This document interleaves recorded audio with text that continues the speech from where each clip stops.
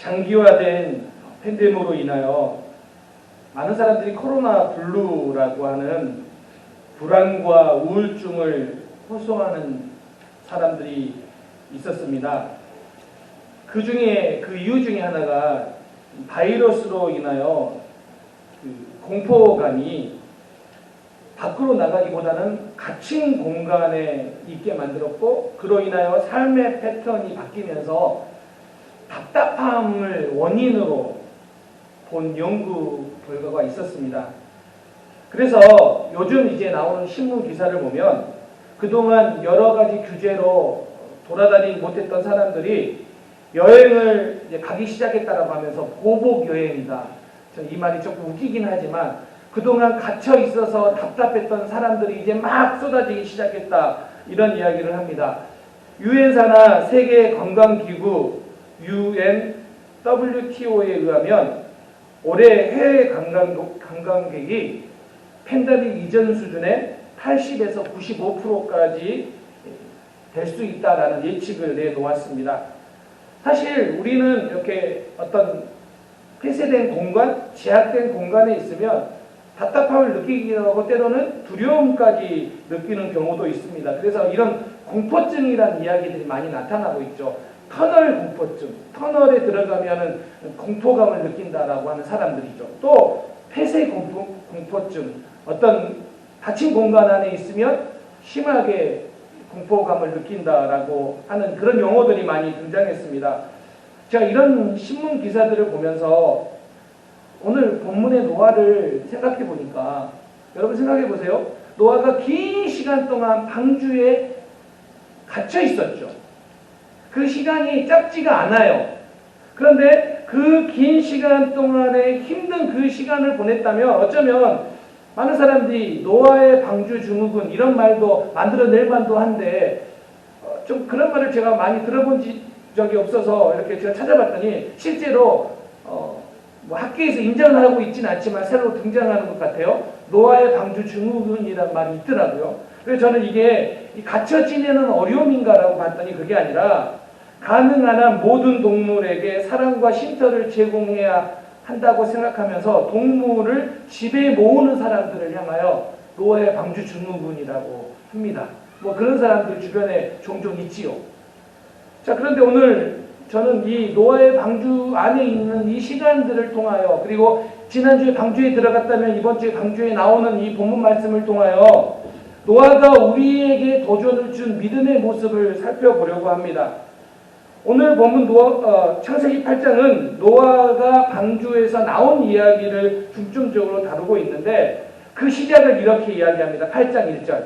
하나님이 노아와 그와 함께 방주에 있는 모든 들짐승과 가축을 기억하사. 자, 이 기억하사라는 이 말을 여러분 기억하시기 바랍니다. 이 기억하사라는 히브리어 단어가 뭐냐면 자카르예요. 그런데 이 자카르는 기억하다라는 의미도 있지만 좀 더 정확한 의미는 새기다라는 의미예요. 새기다. 그러니까 하나님이 노아를 잊어버렸다가 갑자기 떠올랐다. 노아가 떠올랐다. 기억해냈다라는 의미가 아니라 노아와 약속한 그 이야기들을 한순간도 잊지 않고 마음 중심에 새겼다라는 뜻이에요. 그리고 이 자카르가 중요한 용법이 있는데 뭐냐면 하나님이 주어가 되면 누군가를 향한 직접적인 행동으로 해석이 됩니다. 그러니까 하나님이 주어가 되고 하나님이 기억하셨다 그러면 그 다음에는 하나님이 무엇인가 행하시는 일들이 나타난다는 거예요. 예를 들어서 창세기 19장 29절에 보면 하나님이 그 지역의 성을 멸하실 때, 곧 롯이 거주하는 성을 엎으실 때 하나님이 아브라함을 생각하사 롯을 그 엎으시는 중에서 내보내셨더라. 여기서 생각하사가 자카르예요. 그러니까 하나님이 아브라함을 생각하사 자카르했다라는 거예요.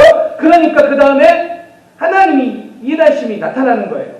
창세기 30장 22절도 마찬가지예요. 하나님이 나를 생각하신지라. 여기서 생각하신지라가 뭐예요? 히브리어로 자카르예요.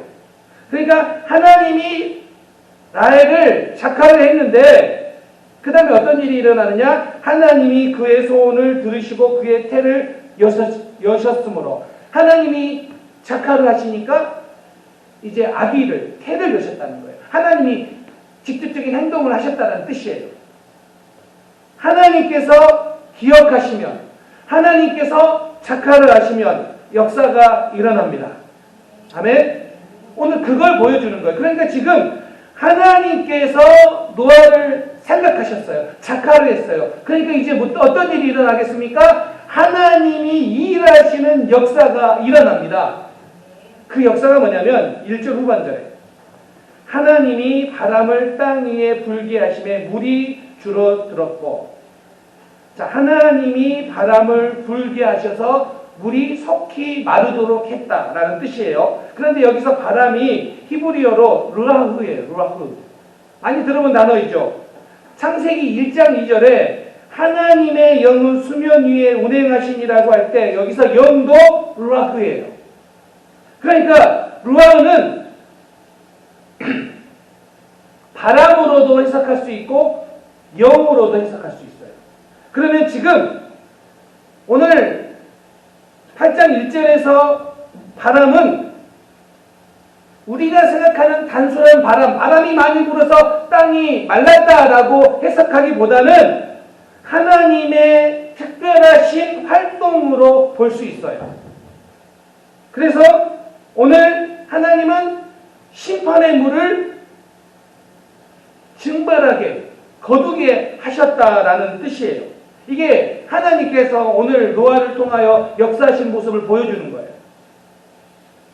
하나님께서 노아를 자카를 하시자 새로운 역사가 일어나고 난 것처럼 오늘 하나님께서 여러분의 기도를 자카를 하시사 여러분의 삶에 새로운 역사가 일어나기를 주님의 이름으로 축원합니다. 아멘. 오늘 우리 그렇게 기도해야 됩니다. 하나님께서 자카를 하시사, 하나님 우리 은혜생교회를 자카를 하시사, 우리 교회 안에 하나님의 역사가 일어나기를 소망합니다.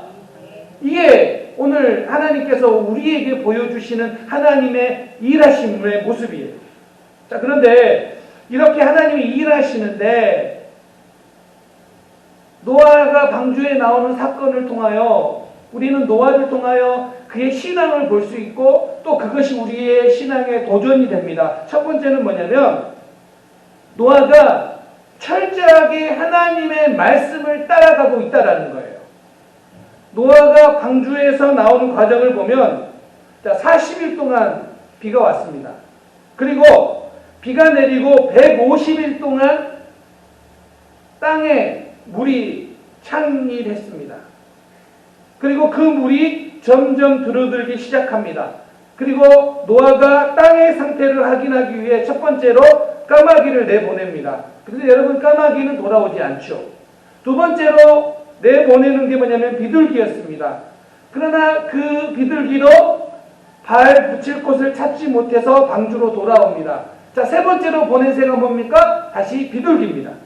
7일 후에 비둘기를 다시 두 번째 비둘기를 보냅니다. 그런데 이 비둘기가 저녁 때에 감람나무 새 잎사귀를 따옵니다. 여기서 이 새 잎사귀는 새라는 뜻이 뭐냐면 타라포인데 갓 따낸 것을 의미합니다. 그러니까 홍수가 끝나고 새로 자라난 나뭇잎, 그 나뭇잎을 따가지고 왔다라는 뜻입니다. 그러니까 지금 이제 물이 찬 게 아니라 물이 사라져서 새로운 잎사귀가 나고 있다는 것을 노아가 알았죠. 자, 그런데 다시 7일을 기다렸다가 비둘기를 또 보냅니다. 이번에 비둘기는 돌아오지 않습니다. 자, 지금까지 노아가 방주에서 나오는 모습을 보면 노아는요, 밖의 상황이 어떠한지를 알기 위해서 많이 수고했습니다. 비둘기를 내보내고 그 비둘기가 새 잎사귀를 따왔고 또 7일을 기다립니다. 그래서 다시 또 비둘기를 내보내죠. 그런데 10절에 7일을 기다려와 12절에 7일을 기다려라는 이 단어가 우리말로는 동일한 단어인데 히브리 원문에서는요 다른 단어를 사용해요. 기다리는 것이 단순히 7일을 기다렸다라는 걸로 보여지지만 원문에서는요 전혀 다른 의미의 기다림을 이야기해요. 먼저 10절에서 기다려는 히브리어로 훌인데 이게 비틀다라는 뜻이 있어요. 그러니까 노아가 기다리는데 어떻게 기다려요? 비틀면서 기다리는 게 어떤 뜻이에요? 여러분 무엇인가 어려운 가운데 초조하게 기다릴 때 몸을 막 이렇게 비틀잖아요. 꼬잖아요. 그런 기다림이에요. 그러니까 10절에서 기다림은 하나님의 때를 바라보면서 참고 인내하고 의무적으로 기다리는 기다림이에요. 두 번째 12절에서 기다림은 히브리어로 야할이에요. 다른 단어 있죠. 근데 이 야할은 소망 가운데 기다림이에요. 그러니까 첫 번째 기다림은 어쩌면 우리에게 의무적으로 우리가 기다려야 되는 그 시간에 의미가 있다면 두 번째 기다림은 소망 중에 기다려요. 하나님의 때를 바라보며 기다리는 거예요. 여러분 지금 두 번째 비둘기를 보내고 감람나무의 새 잎사귀를 통해 물이 마른 것을 알았는데 7일을 기다려요. 7일을. 여러분 이 7일을 기다리는 게 쉬운 일일까요? 어쩌면 우리는 하루에도 7번 비둘기를 내보내고 싶어요. 가서 좀 다시 한번 봐라. 다시 확인해봐라. 그런데 7일을 기다려요. 이걸 통해 뭘 보여줍니까? 믿음은 기다림이라는 거예요. 믿음은 기다림을 요구한다라는 거예요. 때로는 우리가 의무적으로도 기다려야 될 때가 있습니다. 마치 몸을 비틀면서 초조하게 기다리는 기다림도 포함돼요. 그러나 끝이 보이지 않을 것 같은 그런 상황 속에서 우리가 의무적으로 기다리지만 이제 하나님의 때가 되어서 하나님이 작은 불빛이라도 보여주신다면 이제는 우리의 기다림은 소망 가운데 하나님을 소망하고 하나님의 때의 역사를 소망하고 기다려야 되는 기다림이에요. 그러면 이 모든 기다림이 다 뭐예요? 믿음이에요. 믿음은 때로는 우리로 하여금 기다리게 하는데 그 의무적으로 기다려야 되는 그때도 잘 보내는 게 믿음이고요. 작은 불빛이지만 소망 가운데 하나님을 바라보며 기다리는 것도 우리의 믿음의 모습이라는 겁니다. 바로 노아는 이 믿음의 모습을 우리에게 보여줍니다. 그런데 그 믿음의 모습을 보십시오. 철저하게 노아가 예수고 수고하여 바깥의 상황을 알았지만 자기 마음대로 결정하지 않아요. 아니 바깥에 땅이 마른 것을 창을 열고 봐서 확인했으면 이제 나가자 하고 나올 만도 한데 나오지가 않아요. 어떻게 나옵니까? 8장 15절에 하나님이 노아에게 말씀하여 이르시되 방주에서 나오라고 할 때 노아가 비로소 나옵니다. 인간적인 경험이나 자기 판단으로는 이미 알았어요. 그런데 그것을 의지하거나 그것을 믿는 것이 아니라 하나님의 말씀을 신뢰하고 하나님의 말씀을 믿고 나온다는 거예요. 노아의 삶에서 자기의 소견대로가 아니라 하나님의 말씀을 따라 살아가고 있음을 우리에게 보여줍니다. 이것이 하나님의 백성들의 중요한 모습입니다.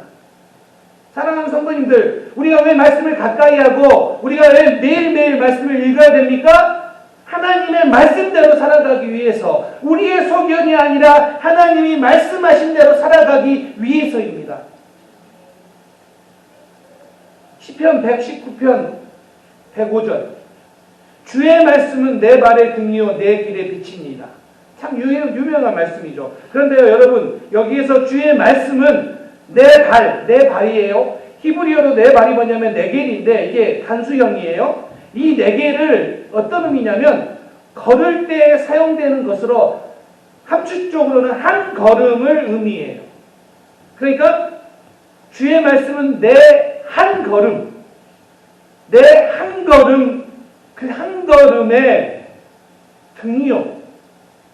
이 등이 히브리어로 뭐냐면 네르인데 이게 심지와 기름이 있는 접시 모양의 등잔인데 필수적인 가정용품이에요.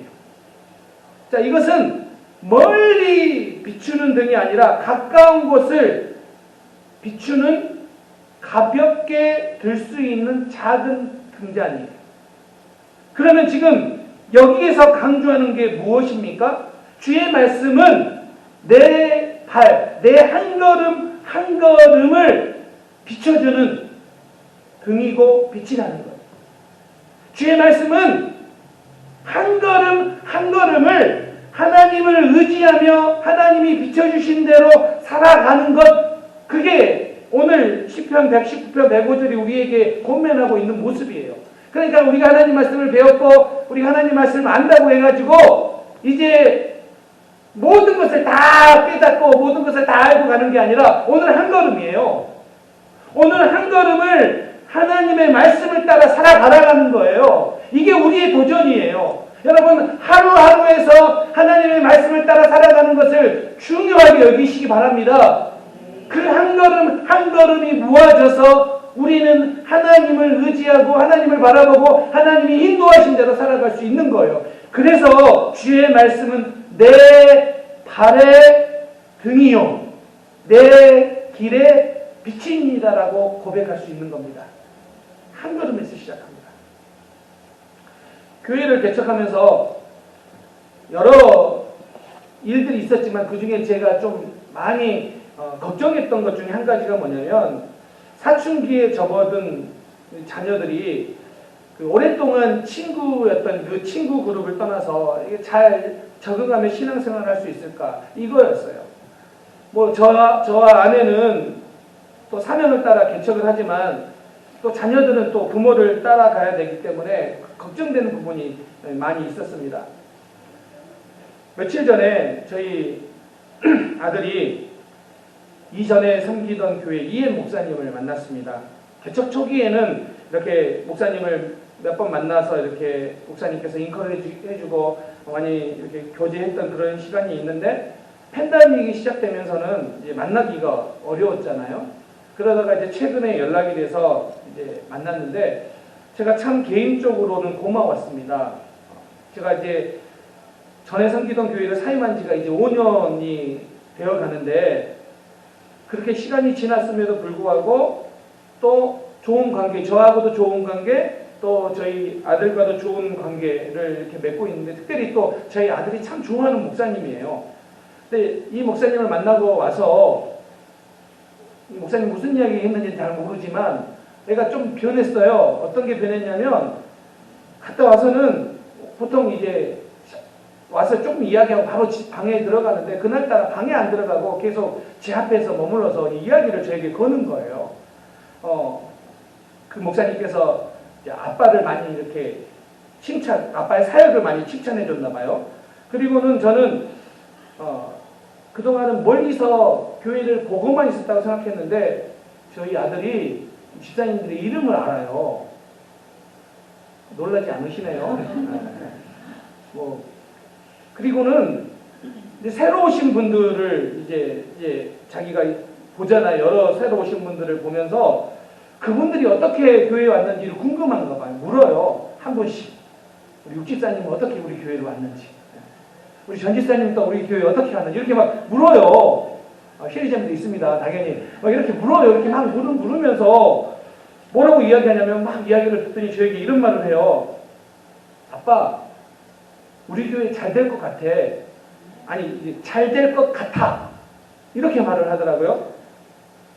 예배도 은혜스럽고 커뮤니티도 이렇게 좋은데 새로 오신 분들이 다 좋아할 것 같아. 그러니까 우리 교회 잘 될 거야. 얘가 나를 위로를 해주는 거예요. 그래서 제가 이 말에 참 위로가 되었는데 이 말씀을 묵상하면서 이런 생각이 들었어요. 제가 처음에 자녀들 때문에 고민하고 물론 지금도 그 고민이 아예 사라진 건 아니죠. 그러나 그저 그 당시에 보여준, 주님이 나에게 보여준 한 걸음이에요. 자녀들이 어떻게 될 것이다, 네가 앞으로 어떻게 될 것이다가 아니라 한 걸음.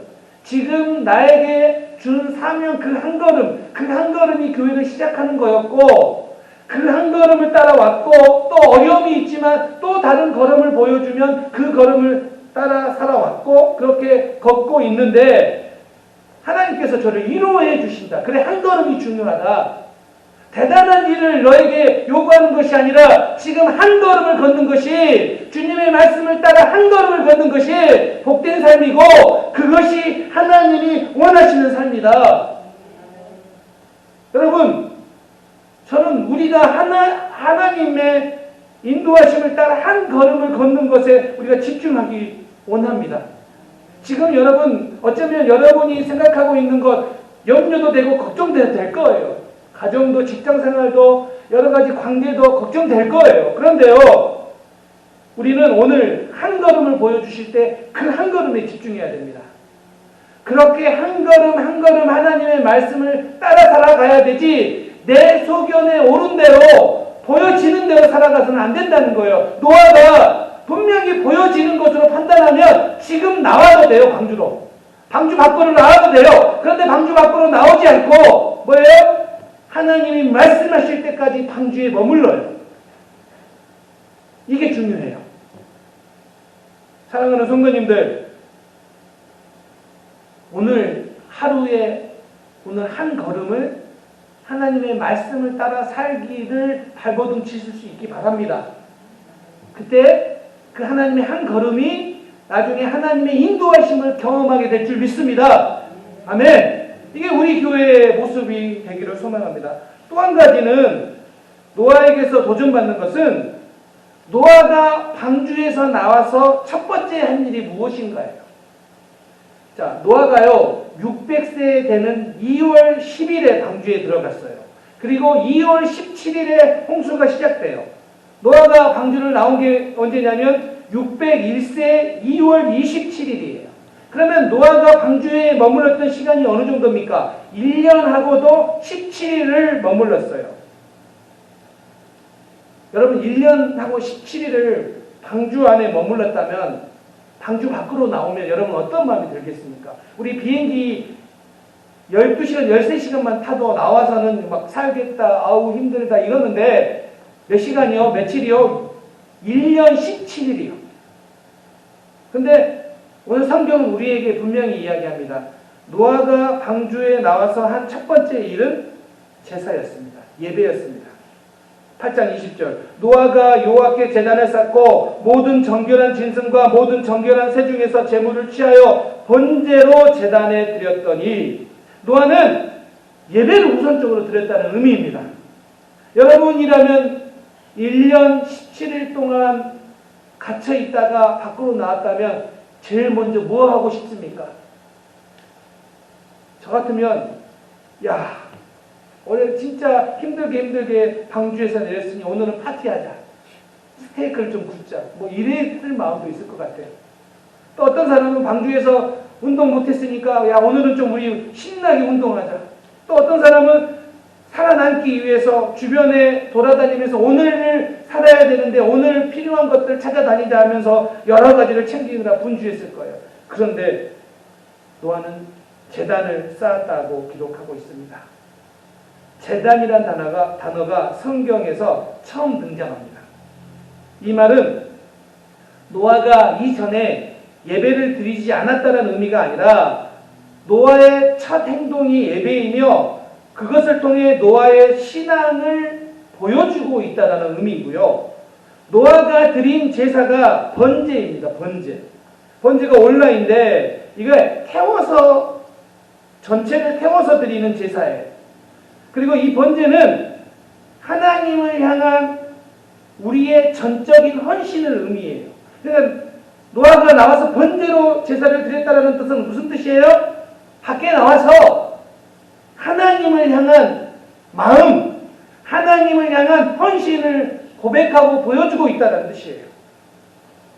20절에 노아가 여호와께 제단을 쌓고 노아가 드린 이 예배에는 어떤 의미냐면 그의 삶의 우선순위가 무엇인지를 보여주고 있습니다. 그래서 노아를 제2의 아담이다 라고 부르기도 하지요. 여러분, 노아가 방주에서 나와서 처음 한 일, 그것이 예배라는 것을 성경이 강조하고 있다는 거예요. 20절에 번제도 제단을 드렸더니, 자, 여기에서 번제라는 히브리어가 올라예요, 올라. 그리고 드렸더니라는 이 히브리어가 알라예요. 근데 사실 이 올라는 알라에서 유래되었어요. 그러니까 지금 어떤 의미냐면 이 짧은 구절에서 동일 어근을 사용해요. 그래서 얼루트, 번제로 야할, 드렸더니 이게 반복하고 있는 의미예요. 강조하고 있는 의미예요. 노아가 방주에서 나와서 처음 한 행동이 너무 인상적이기 때문에 노아의 신앙이 어떠했는지를 보여주기 위해서 강조하고 있는 거예요. 그래서 오늘 번제로 제단에 드렸더니 이렇게 성경이 강조로 우리에게 보여주고 있습니다. 여러분, 이것은 오늘 살아가는 우리의 삶에도 동일하게 적용할 수 있습니다.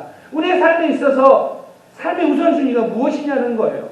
로마서를 보면 로마서 우리 1장에서부터 11장은 복음이 무엇이며 또 우리가 하나님의 은혜로 구원받았다는 것을 이야기합니다. 그리고 12장부터 그러므로라고 해서 이제 전환이 됩니다. 복음을 받았고 구원받은 성도들이 해야 될 구체적인 삶이 무엇인지를 이야기하죠. 그리고 12장 1절에서 그 첫 언급이 뭐냐면 예배입니다. 그러니까 복음을 믿었고 하나님의 은혜로 구원받은 백성들에게 첫 번째로 나타나는 삶의 모습이 뭐예요? 예배라는 거예요. 로마서 12장 1절. 그러므로 형제들아 내가 하나님의 모든 자비하심으로 너희를 고나노니 너희 몸을 하나님이 기뻐하시는 거룩한 산 제물로 드리라. 이는 너희가 드릴 영적 예배니라. 산 제물로 드리라고요. 여러분, 제물이라는 말은 제물이라는 것은 원래 죽이는 거예요. 그런데 산 제물은 뭐예요? 살아있는 죽임이에요. 다시 말하면 우리가 드려야 될 예배는 내가 죽는 거예요. 그리고 하나님께 맡기는 삶이에요. 그래서 다시 예수로 살아나는 거예요. 누가복음 9장 23절에도 아무든지 나를 따라오려거든 자기를 부인하고 날마다 제 십자가를 지고 나를 따를 것이니라. 예수님을 따르는 삶이 어떤 삶입니까?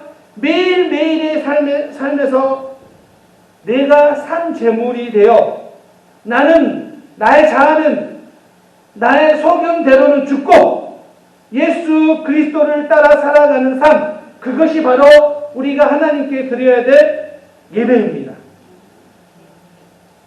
오늘 우리에게 동일하게 요구됩니다. 여러분들은 지금 예수 그리스도 안에서 예수 그리스도의 믿음으로 구원받았습니까? 그렇다면 우리에게 가장 우선적으로 요구되어야 될 모습이 뭐예요? 바로 예배가 우리의 삶의 우선순위가 되어야 된다는 것을 분명히 이야기하고 있습니다. 노아가 방주에서 나와서 했던 첫 번째 일을 기억하십시오. 그것은 예배였습니다. 그리고 오늘도 우리는 우리의 삶의 우선순위가 무엇인지를 예배를 통해서 고백하고 우리는 예배를 통하여서 하나님 앞에 우리의 우선순위가 하나님임을 고백하며 살아갈 수 있습니다.